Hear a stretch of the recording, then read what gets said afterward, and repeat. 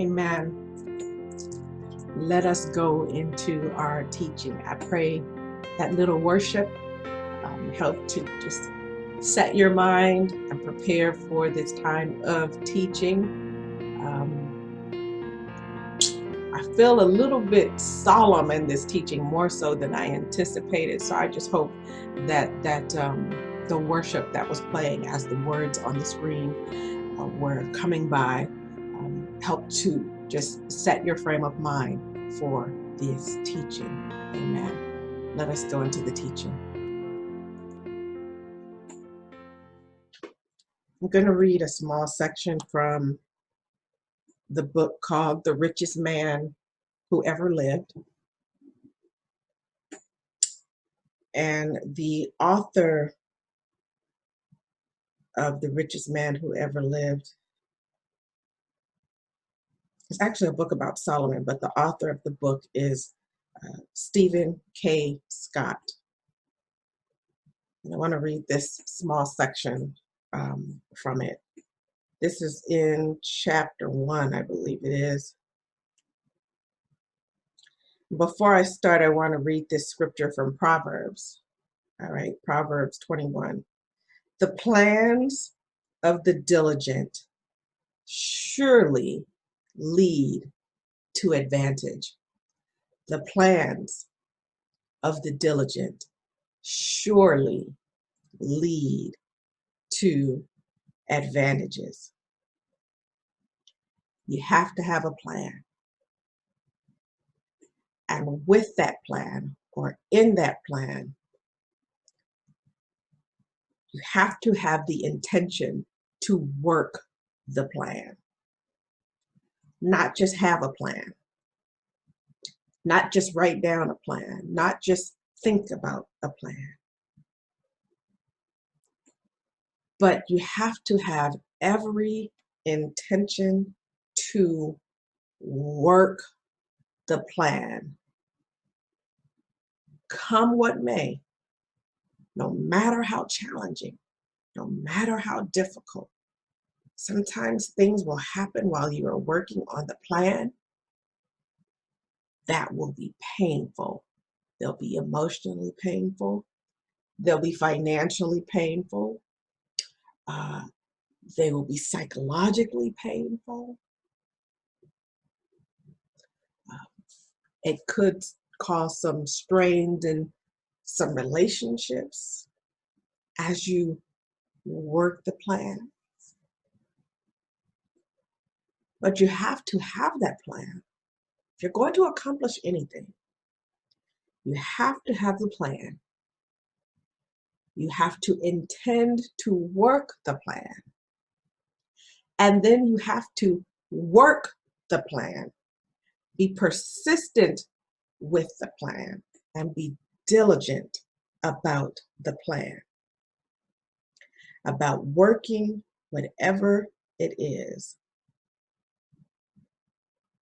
Proverbs 21:5 says, the plans of the diligent surely lead to advantage, but everyone who is hasty surely comes to poverty. You don't just come up with an idea or have this, wonderful dream and then just start doing it. Vision is the first step. Yes, dream big. Have visions. But you have to put a plan to that vision. If you just jump out and start doing things, if you do things hastily, you will surely come to poverty. Why? Because everything you have to do in order to make your vision and your plan come to reality will cost you time and will cost you money. There's always something that has to be sacrificed. There's always an opportunity cost. What is an opportunity? Here's an opportunity. I'm going to go for it. I'm going to go after it. Here's my plan, which is an opportunity. Here's my vision, which is opportunity. Not my plan. Here's my vision, which is an opportunity. I'm going to go after it, but going after it is going to cost me something. So if you just jump out and start doing it without planning, the who's, the what's, the why's, the how's, the how much, the how long, the how often, the where. If you don't sit down and plan it, you will surely come to poverty when you just jump out and start doing, jump out and start wasting time, spending time, which will end up being wasting time. Jump out and start spending and wasting time. Jump out and start spending and wasting money.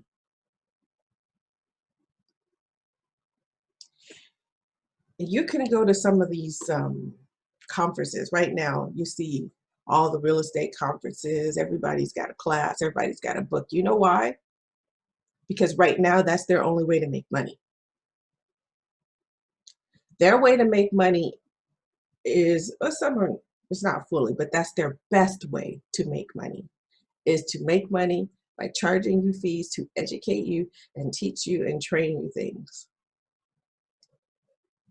For some, it's just one of their streams of income. I've talked to you before about having multiple streams of income. For many of them, it is just one of their streams of income. And it may be the stream of income they're working the most right now during the coronavirus lockdown and times of fear and times of panic. It's one that they're working the most right now because it's one we can all do from home. It's easy to do. And everyone's looking for an answer. So it's easy for them to make money selling these products and these education plans and these trainings and coaching and all that right now. I'm not saying that it's a bad thing. Don't misunderstand me.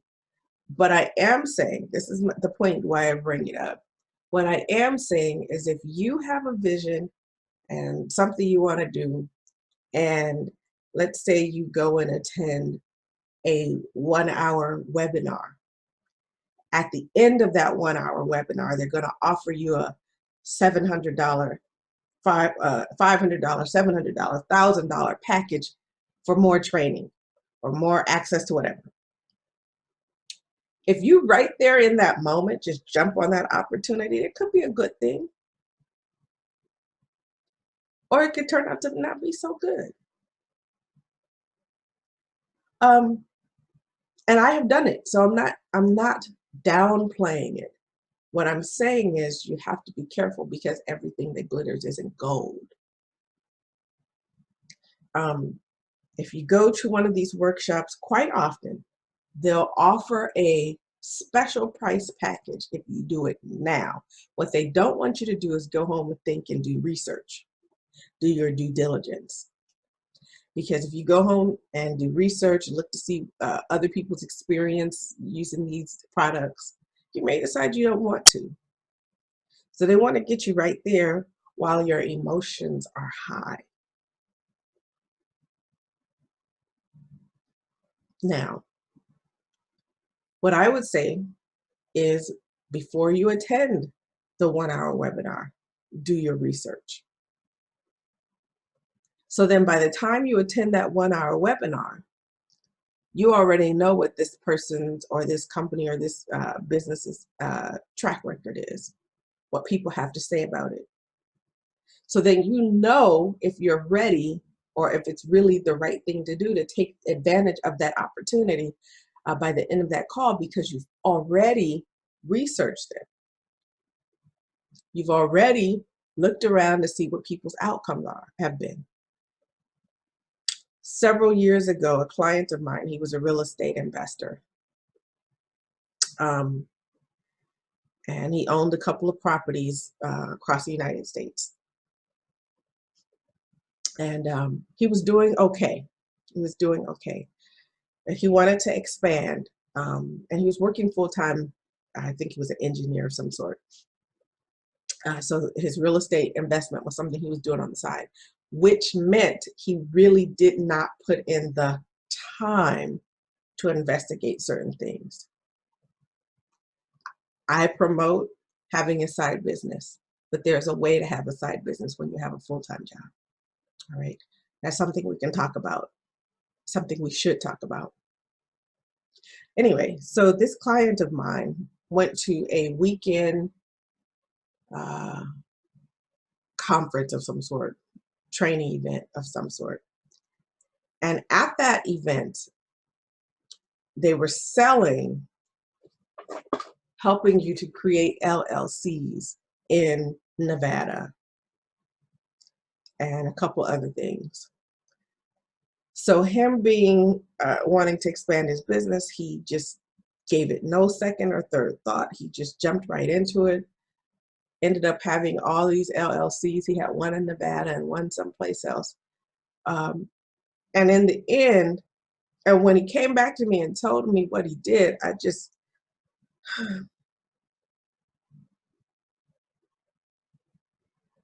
why? Because that's having an LLC, one LLC, when you have 5 properties, one LLC in Nevada, and you have no property in Nevada, really does you no good. But you wouldn't know this because the person who's trying to sell you the product, to let us help you put your properties in the LLC so you can be safe, so you can protect your assets. What they want from you, they really don't want you to protect your assets. What they want from you is the money on the spot. So now this guy's got these LLCs. I think he did 2, if I remember right. He did 2, and then he started buying more properties. Never did make the connection between these properties that were everywhere except Nevada, and getting those properties in Nevada. Never did happen. And it never was going to happen. It never happened for him just because he couldn't figure out what was the next step. And the people who sold him on the package were pretty much of no use once they sold the package. He wasn't diligent in his work. Before he ever went to that conference, before he ever did that, he and I should have had a talk about this LLC thing. And I would have guided him in a different direction. But if the LLC thing was the right thing to do, and then he went to this conference, this workshop, and they were there talking, they were selling, they were selling. It would have been a good opportunity for him if it really was the right thing. But he hadn't been diligent in his planning and his plotting of his business and his progress before going out and spending the money. Again, Proverbs 21:5, as I said, the plans of the diligent, if you're diligent, surely lead to an advantage. But everyone who is hasty, he was hasty in making that decision. He was hasty in not even telling me that he was, thinking about doing this, going to this conference. And there's more to the story, which I won't say at this time, but they surely lead to poverty. He had many properties by the time this was over, and it didn't go well. Not because of me. I gave him advice, and yeah, it didn't go well. Let me read this section in this book. The diligent take all the time they need to plan and prepare so that they can perform with excellence. Those who are not diligent fail to take the time they need to plan, prepare, and perform. They tend to shoot from the hip, and in their haste, ultimately results in failure. I have lost my life savings 5 times, and in each instance, I acted with haste. I was anything but diligent. The first 2 times, my losses came to $20,000 and $120,000, respectively. The next 3 times, the amounts were much greater, in the millions of dollars. Similarly, my daughter lost her savings when she acted hastily without seeking counsel from me or others. Had either of us acted with diligence rather than in haste, she would have a nice savings account and I would have millions of dollars more in my financial portfolio. I cannot stress the importance of planning and, as this author said, preparing and then performing. I cannot stress the importance that planning has on the success of your business. I'm more conservative in my efforts, in many efforts. I'm more conservative because I've lost money. Have I ever lost money in business? You bet. Thousands, thousands. I've lost thousands trying to run businesses, start businesses, get into real estate investing. I've lost thousands. So at this stage in the game, I am very, very cautious. I'm very, very careful with my planning. You will see in some places you read people say there's never going to be a right time, so just jump out there and do it. That is true. There's never going to be a right time, but there are times that are better than others. But regardless, anything you're trying to do and do it quickly without fully thinking it out, without having your ducks in a row, without planning right, without having certain details thought out better, um, it might the percentage of people that those type of endeavors work out for well is small. It's minuscule.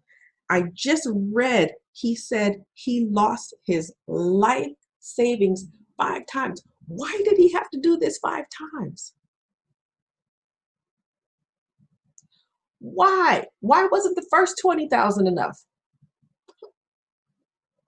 Okay, sometimes you think it was just you just messed up on the first time around, so you're going to get it the second time around. Second time around, lost 120,000.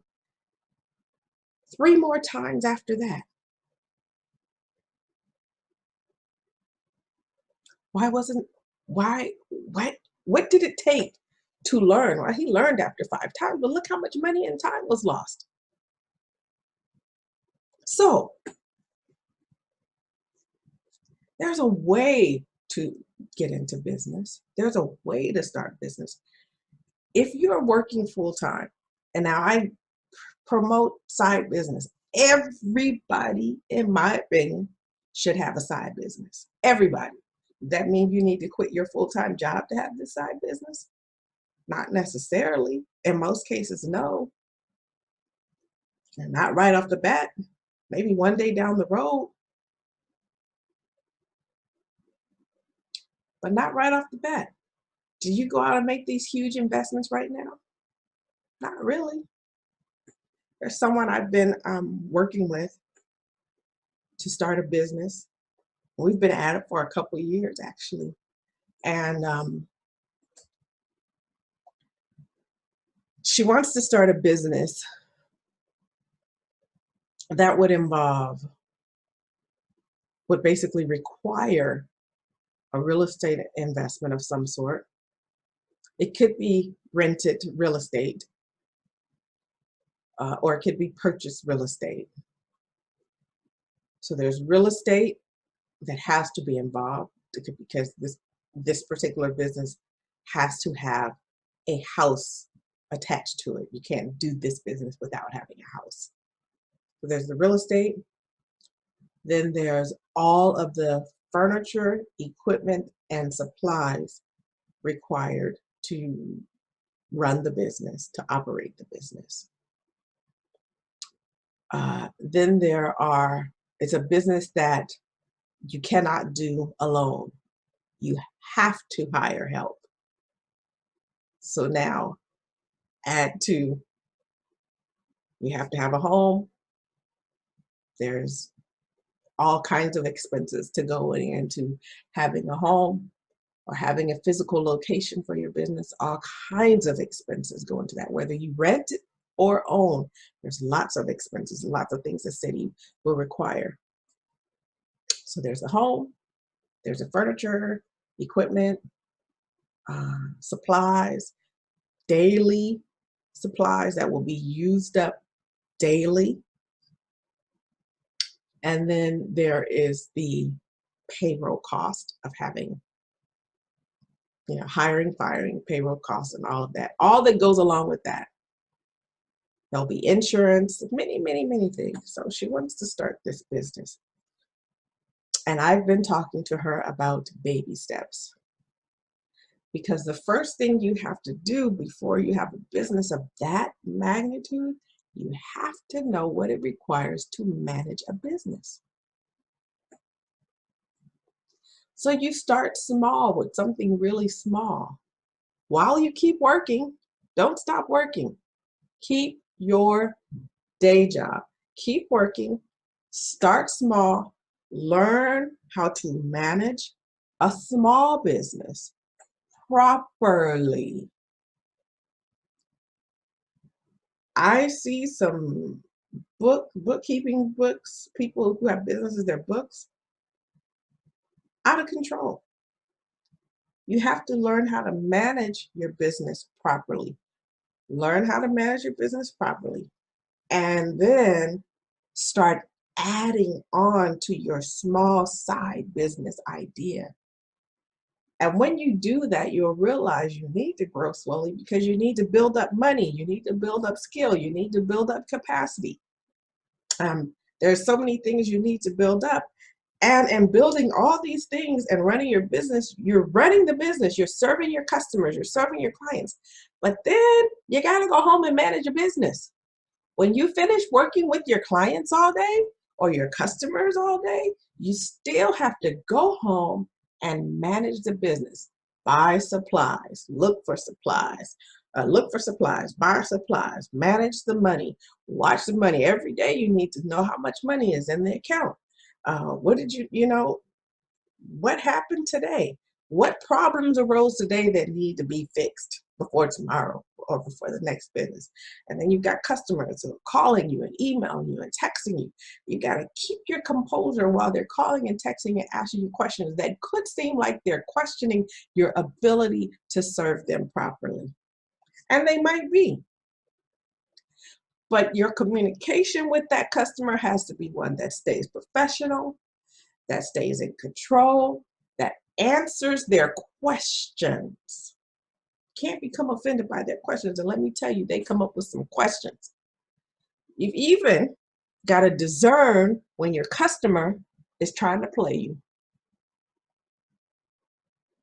Because they do. So by starting small, you build up all these skills all along the way. And then you add on to the small business idea. You add on to the small business idea a little bit more. And then at some point, if you're in a type of job where you can start cutting back your hours, you might start cutting back your hours on the job so you can put more time and effort into the business.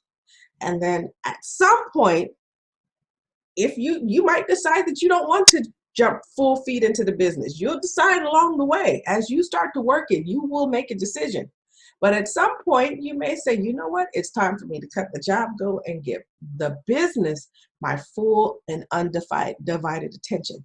But when you do that, you have already built up your skills and your finances and your bank and your clientele and your reputation.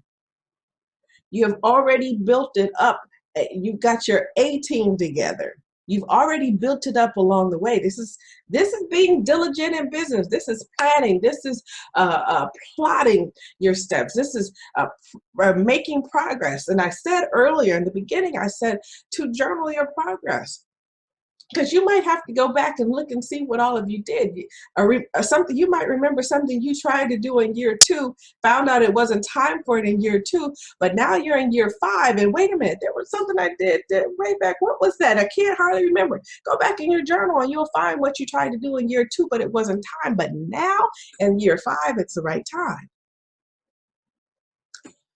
So be diligent in business. Take your time. Don't act in haste. Start a small, if you don't have a side biz, you need one. Start a small side business.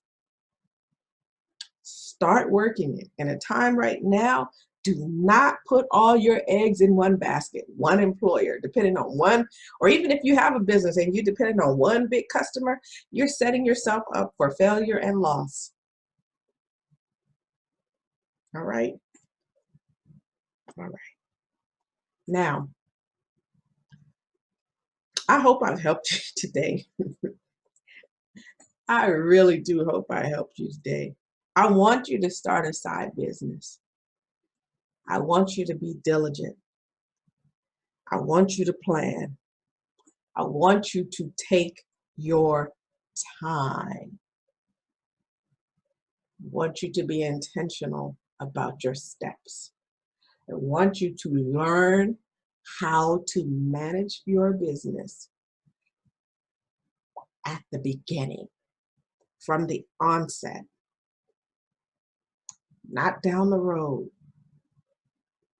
From the beginning, learn how to manage your business.